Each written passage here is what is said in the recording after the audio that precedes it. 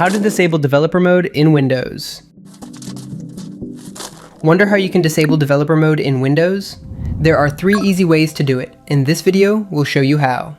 Before we begin, be sure to subscribe to Ninja One's IT Video Hub and our YouTube channel for more tech content like this. 3 methods to disable Windows developer mode.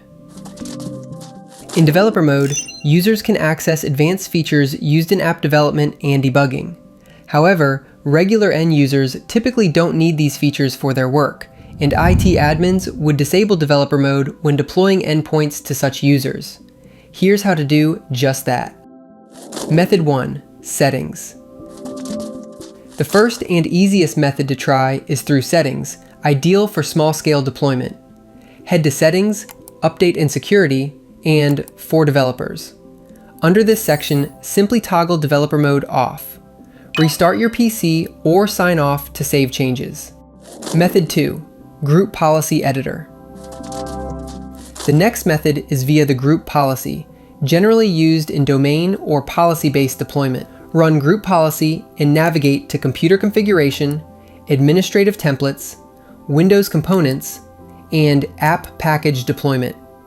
Look for Allow Development of Windows Store Apps and install them from an Integrated Development Environment, IDE. Double-click it and set it to Disabled. Click OK to save changes. Method 3. Registry Editor. Finally, if you don't have group policy, you can use the Registry Editor. However, note that unintentional changes to the registry can cause issues, so be sure to back up your registry before making any changes. Run Registry Editor and navigate to Find or create a DWORD 32-bit value named Allow Development Without Dev License. Then double-click it and set the value to 0.